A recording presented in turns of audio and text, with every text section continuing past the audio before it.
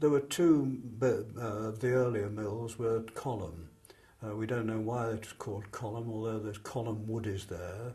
The lower column, which now has virtually disappeared, and the upper column mill, which there is still quite a lot of that standing there. That was a much bigger complex. It had weaving sheds as well as the mill. In early times, cloth made from wool was produced by combing the wool, laying all the fibres in one direction.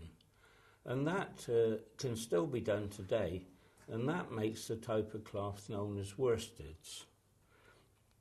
But you can only comb fairly long wool. You can't use the combing process with short wool.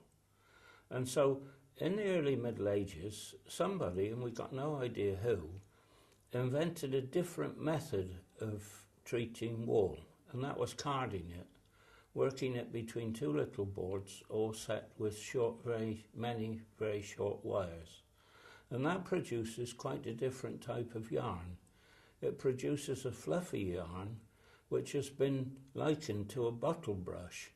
It's got a tightly twisted centre but hair sticking out all round it. Now, if you make your wool into yarn in that way, which produces the type of woolen cloth known as woolens, it's a great pity that they didn't think of another name, because in a way they are all woolens. But woolens technically are made from yarn produced from carded wool, and when you come to weave a cloth from that type of yarn, however hard you hit it together in the loom, you can't make a solid cloth. The weave will always show because of the fluffy nature of the yarn. And so you need an extra process, which doesn't have to be applied to worsteds at all. You apply it only to woolens, and that is called fulling.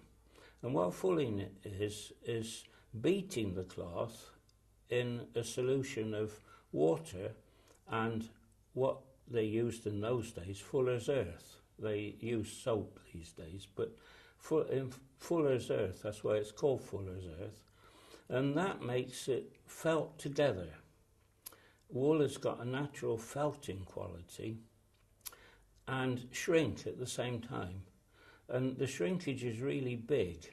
If you over cloth 72 inches wide, you would probably shrink it down to 54, and the same shrinkage in the length. And that makes it so solid that if you were strong enough to tear it, it wouldn't unravel at all. It would tear like paper might. And so that process of fulling was only needed when they had introduced this method of dealing with short staple wool and making woolens.